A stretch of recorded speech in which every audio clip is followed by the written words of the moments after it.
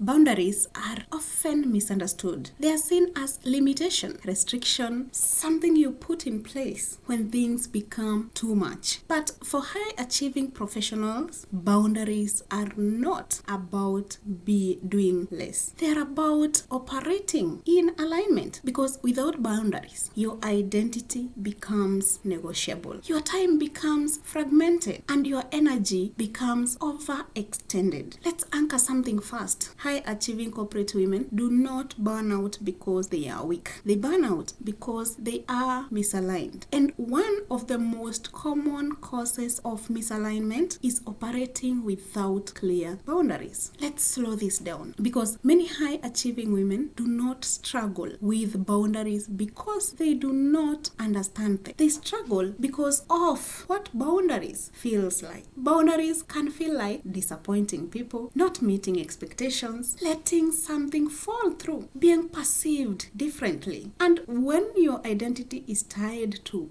being reliable, being responsive, being excellent, boundaries can feel like a threat to that identity. So instead of setting them, you adjust, you accommodate, you absorb, and over time that creates overextension. But here is the truth. Boundaries do not reduce your effectiveness. They protect it, because without boundaries, your contribution becomes diluted. Your attention is divided. Your decisions become reactive, and your performance becomes harder to sustain. Boundaries create structure, and structure creates clarity. Let's reframe this. Boundaries are not about saying no to everything. They are about saying yes to the right things, consistently, intentionally, without internal conflict. Now, let's go deeper. There are 3 types of boundaries every high-achieving corporate professional needs. No rigid rules, but aligned structures. The first is capacity boundaries. This is about understanding what you can carry effectively, not what you can carry at maximum stretch, but what you can carry sustainably. Many high-achieving women operate at maximum capacity. By default, they stretch, they adjust, they push through. But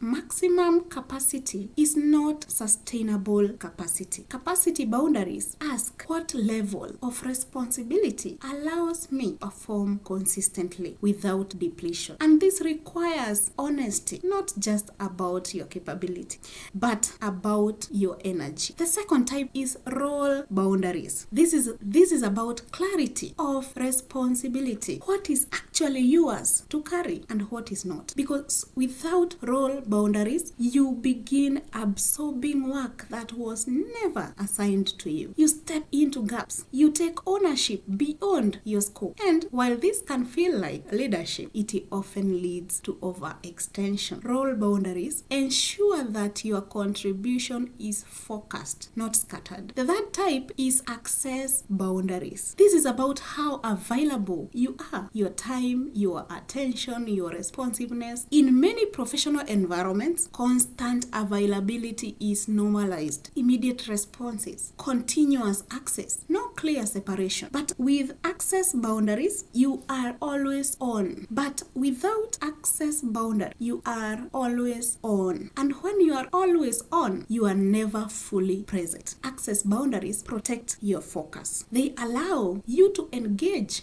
deeply instead of constantly reacting. Now, let's address something important. Boundaries are not always external. They are internal first. Before you communicate a boundary, you must be clear on it internally, because unclear boundaries are difficult to maintain, and inconsistent boundaries create confusion, not just for others, but for you. So the first step is internal clarity. What am I responsible for? What am I not responsible for? What level of access is aligned with how I need to operate? Once that is clear, external communication becomes easier. Now, let's talk about communication, because this is where many women hesitate. They think boundaries must be confrontational, rigid, uncomfortable. But aligned boundaries are communicated with clarity and composure, not defensiveness, not apology, but grounded confidence. For example, I will review this tomorrow and get back to you. That would be better handled by this team. I will not be available at that time, but I can engage at this time. Clear, calm, direct. Boundaries do not require explanation. They require clarity. Let me give you a metaphor. Think of boundaries like the structure of a building. They define the space. They create stability. They allow everything inside to function properly. Without structure, everything becomes unstable. Boundaries are the structure. They allow